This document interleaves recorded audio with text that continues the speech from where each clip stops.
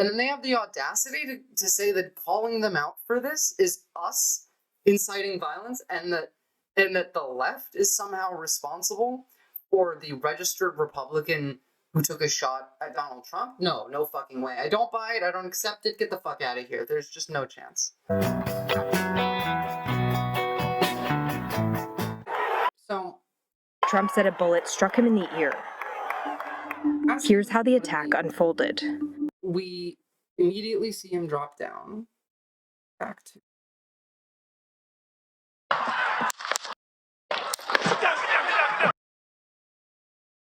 what happened. So immediately prior to that, I just want to make clear what Trump was talking about, and that was the fact that he wants to basically deport 13 million Americans, or undocumented Americans, just before the shooting occurred. But we can see as soon as he gets down, he gets rushed by the Secret Service, and the Secret Service take out the shooter. There was 4 shots from the shooter, and the rest of these shots that we hear are Secret Service firing back. Trump. Look what happened. So those 4 were the shooter.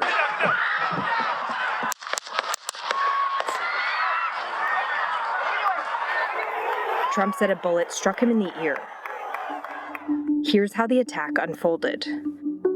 President Trump was speaking from a stage located here. The suspected gunman was on the roof of another building less than 450 feet away from where Trump was speaking, with a clear line of sight. 1 minute. Now, we're going to go over this too because other people have said it and it's also included in this video, but I honestly cannot comprehend how the Secret Service didn't notice a guy on the roof it would be, going back to this map, it's the only thing in the area that's really a risk of someone climbing on a roof and taking a shot at the president. And, former president, rather. But that's the Secret Service's job. They would have been posted on this building. I don't know what that is, but if that's a building, probably posted on it. They should be watching this and this, from what we know. We don't know what, else is around in the other direction. But no, yeah, see, look, that's a body of water. This is all roads. These 2 locations would be the 2 places to have snipers looking for, and obviously within the crowd. But how could they possibly not? Trump was speaking from a stage located here. The suspect. I do want to make clear that's not me saying that I think the Secret Service let him get shot. I don't think that. I think this was just incompetence, but it does blow my mind because it is incredibly incompetent.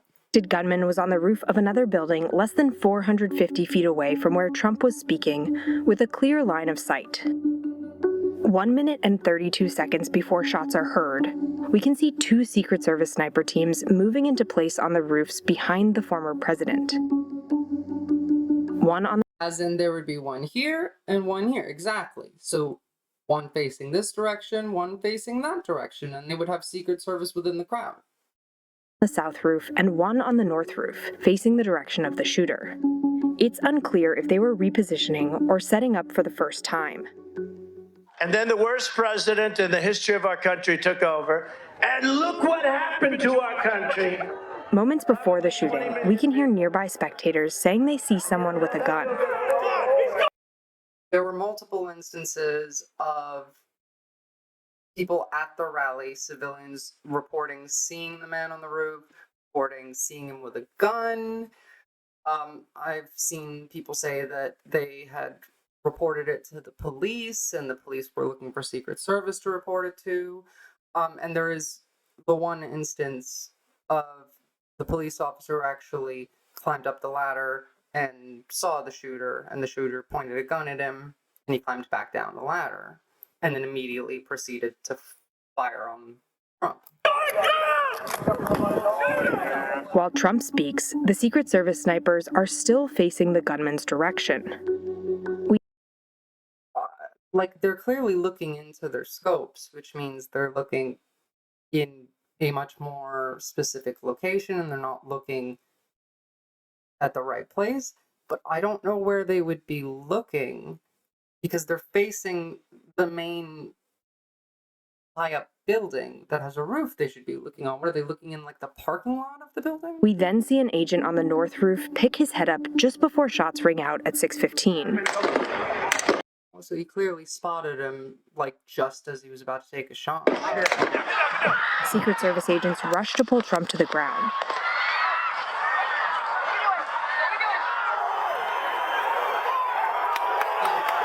We've all seen this and Trump doing his what do you call it? Like putting his fist up and telling people to fight. That honestly, like the main photo that we've all seen. Where is it? I have one pulled up over.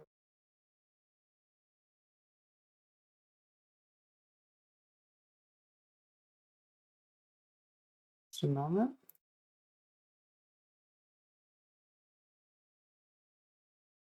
Here we go. This one. We've all seen this photo. Every single one of us, obviously. This is a history book photo. This is, I mean, I'm not gonna lie, he looks fucking badass here. Now, I do want to take attention and point it to Christian B. Wagner, who says he wants a dictator. Now, this post has 8 million views and 36,000 likes. Even, almost 4,000 reposts. These people are crazy. I would argue that a lot of them don't even know what it means to say that they want a dictator. I mean, I'm sure some of them do. Some of these people are fascists and Nazis, and it's disappointing to me because it's that simple. Like, he looks kind of badass. He has a flag behind him, and it's fucking cultish behavior. But worse than that, this isn't just MAGA people who are being drawn in by this. I've seen normies who think Trump looks badass. And here's the thing. Here's the argument that you have to make from the Democrat side.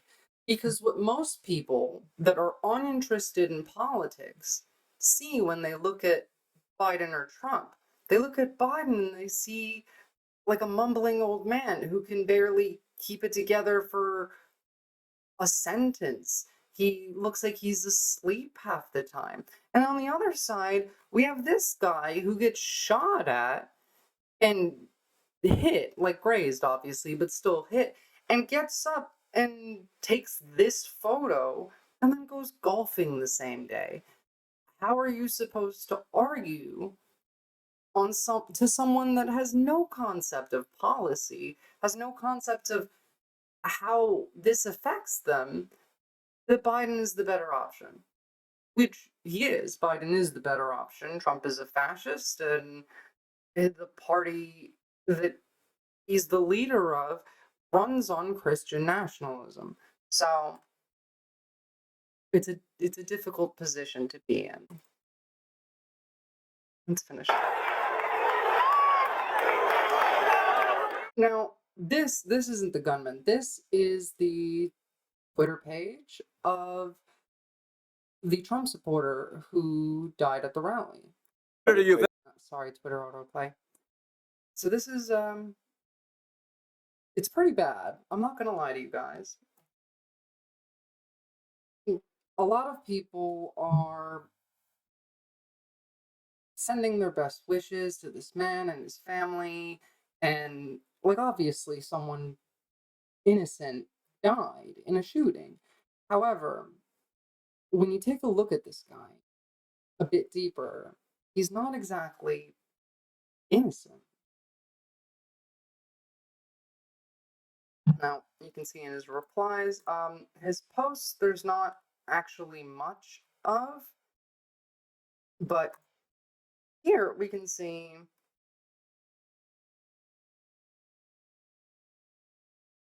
what's worse, KJP or Jen Psaki. Obviously, yeah, there he is talking about DEI.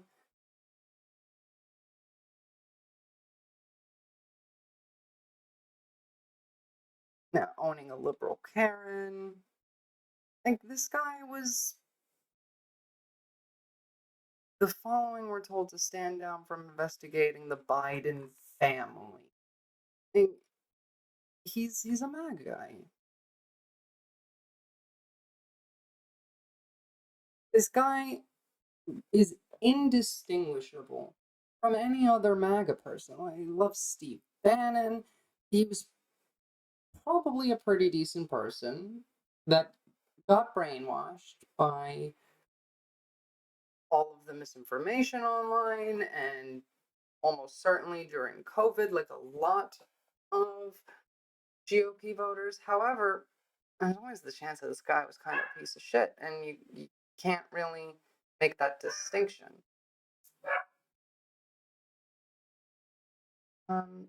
So I don't think he deserves all that much sympathy. His wife, here we go. Let's look it up.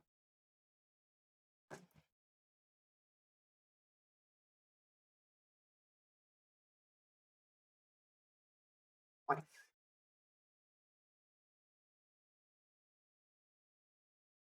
His wife was called by Biden, and she didn't answer.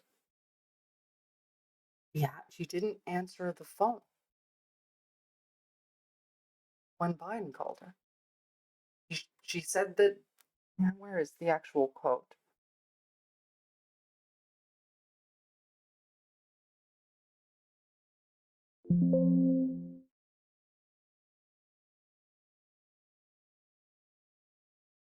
Hold on, I'll give it a go.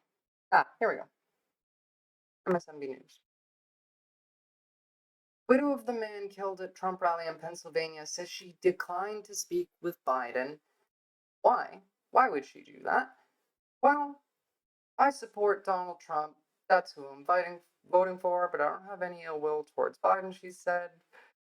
I didn't want to talk to him, she told the New York Post on Monday. My husband was a devout Republican. Devout Republican. The religious, honestly, overtones of the average GOP voter in how they see politics is terrifying. It's basically completely intertwined with religion now. And, separation of church and state and all that might not be a thing for much longer, depending on how things go. But this is how cultish and brainwashed these people are. The woman's husband got shot at Trump's rally and refused to answer the phone when the president of the United States called her to give her his condolences. His condolences. It's obscene. Now, this isn't the only case of the shooting. I'm honest. Making sorry, play. So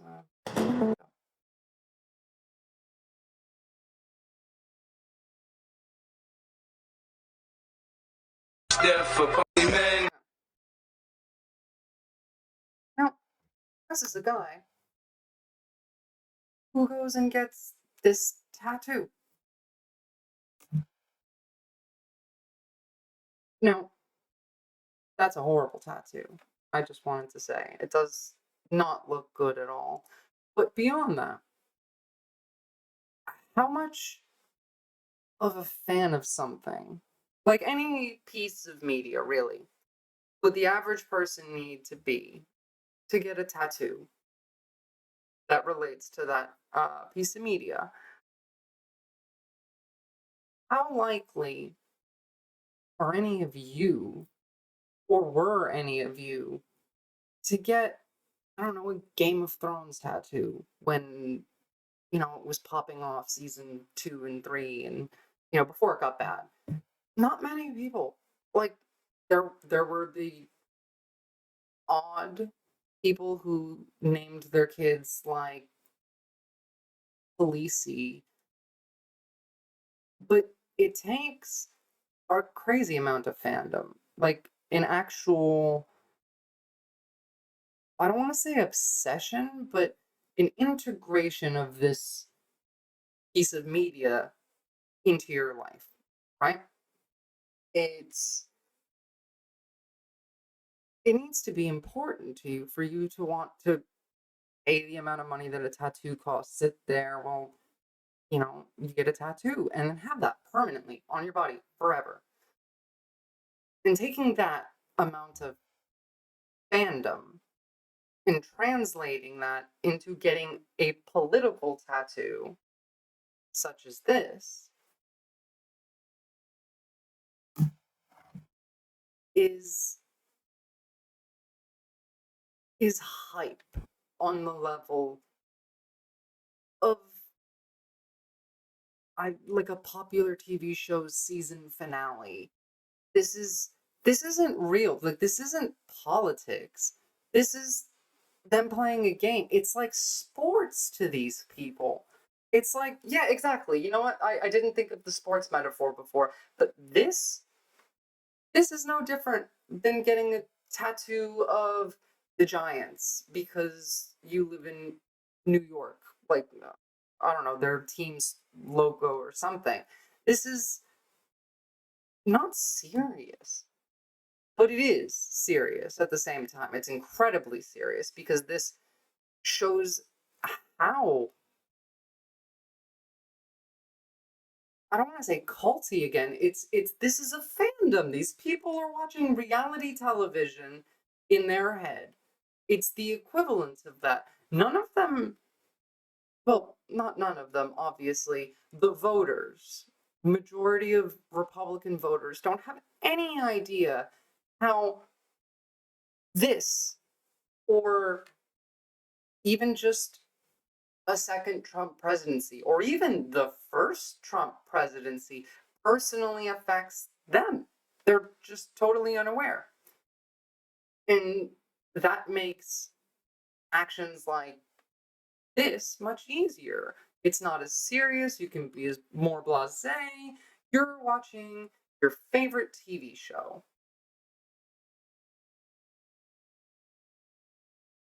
I don't know. I mean, it's it's scary. It's ridiculous.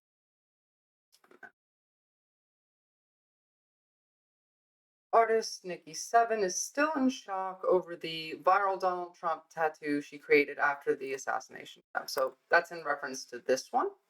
I'm honestly shocked with how much, how viral and how kind of big that this has gotten. Because I get it, I guess, too, but it's just funny. I don't know. It's just a Trump tattoo. It was literally probably 20 minutes after he had gotten shot. 20 minutes after he got shot. 20. Now, like ignoring everything else aside, you really shouldn't decide to get a tattoo in 20 minutes. You shouldn't pick a tattoo and say, "I want that," and then get it 20 minutes later. You should have a little bit more thought into something permanent that you're going to put on your body than that. However, this, like, He had got obviously supposed to be Trump at the rally with his fist raised. It almost looks Statue of Liberty esque. and shot. He had saw the video when he was in the parking lot, and I guess he was just deciding on what to do. And when that happened, So this man was sitting in a parking lot, I assume near to a tattoo parlor, and he saw on social media the video of the attempted Trump assassination. And so he went and got a tattoo of it. This man right here has no thoughts in his head. Like none. It's just reacting to stimulus. It's honestly, a lot of people are like this, but something happens, either physical, external, internal, it could even just be like getting hungry, and then he reacts to it.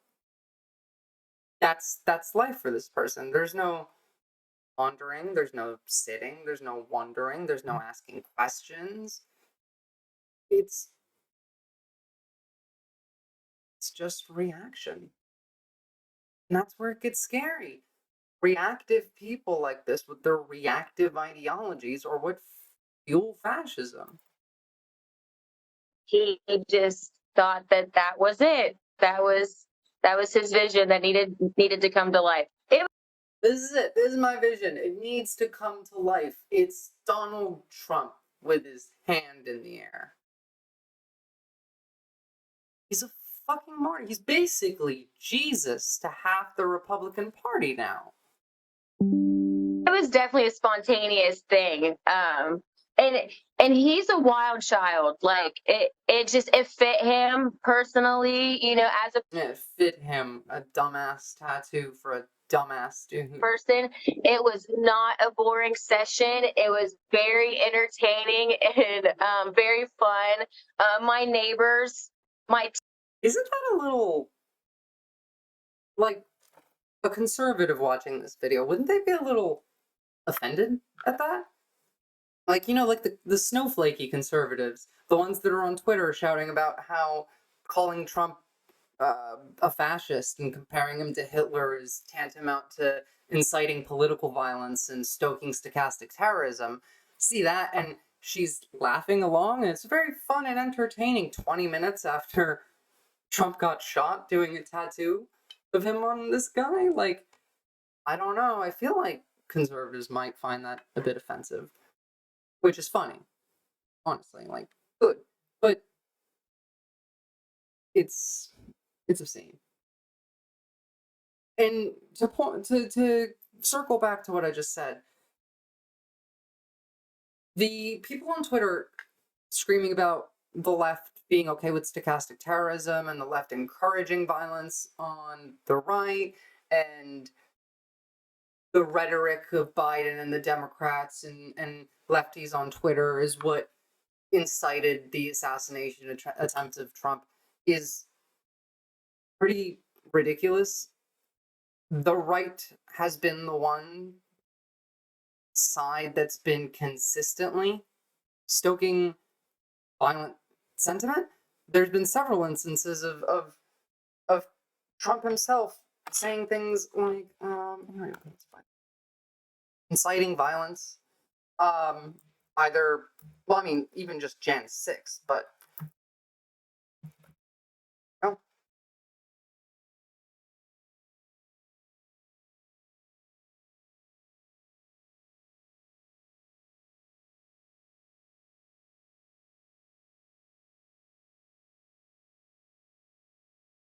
Here's a video from 3 years ago.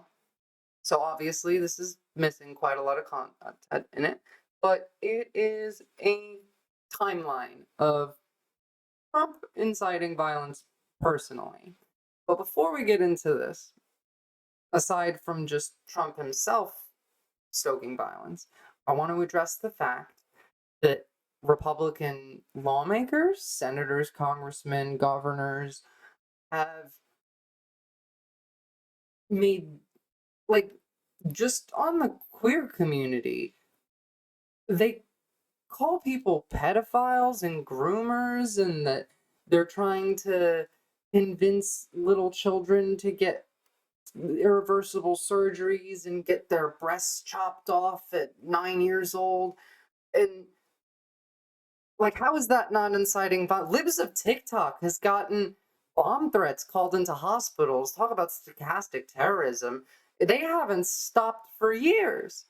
They attack women in general for abortion rights. There's literally been people that stand outside of abortion clinics for more than a decade that are sometimes incredibly dangerous, but at the very least, yelling, shouting slurs, saying like scaring the shit out of people just for trying to go get an abortion. And now they say that like they're murdering babies and that they're, I don't know, sucking the adrenochrome out of their brain to inject into Joe Biden to keep him alive or some stupid shit like that. Like the audacity for the right to come out and say that the left is inciting violence by comparing Trump to Hitler. He, on 3 separate occasions, he's directly quoted Hitler. What immigrants are poisoning the blood of our country, called people rats or rodents or whatever the fuck it was. He's just this week at the RNC, they're advocating for razor wire in like rivers to stop immigrants from coming into the country. They want to deport every undocumented immigrant in America, which is like, it's not impossible, but it would be horrible for the country. It would destroy the economy. The logistics of shipping 13 million people out of the country, this would require prison camp, like it would be internment camps for these people while they get sorted out for their deportation. It would not only be incredibly destructive on an economic standpoint for the United States, it would also be horrific culturally. We would be condemned by the entire planet. It would likely lead to violence. I mean, no, actually, it would absolutely lead to violence in the United States, whether that be from right wingers looking for undocumented immigrants to turn in, you know, brown shirts, fucking. It would be horrible on every level, and they want to do this. And this is, without a doubt, a violent action. It would be taking people from their homes, ripping them away, sometimes from their families. I mean, remember the last time that Trump was president, there were children who were separated from their families, who were kept in cages because they were documented, but their parents weren't. How is this not an incitement of violence on their part? And then they have the audacity to say that calling them out for this is us inciting violence, and that the left is somehow responsible for the registered Republican who took a shot at Donald Trump. No fucking way. I don't buy it. I don't accept it. Get the fuck out of here. There's just no chance.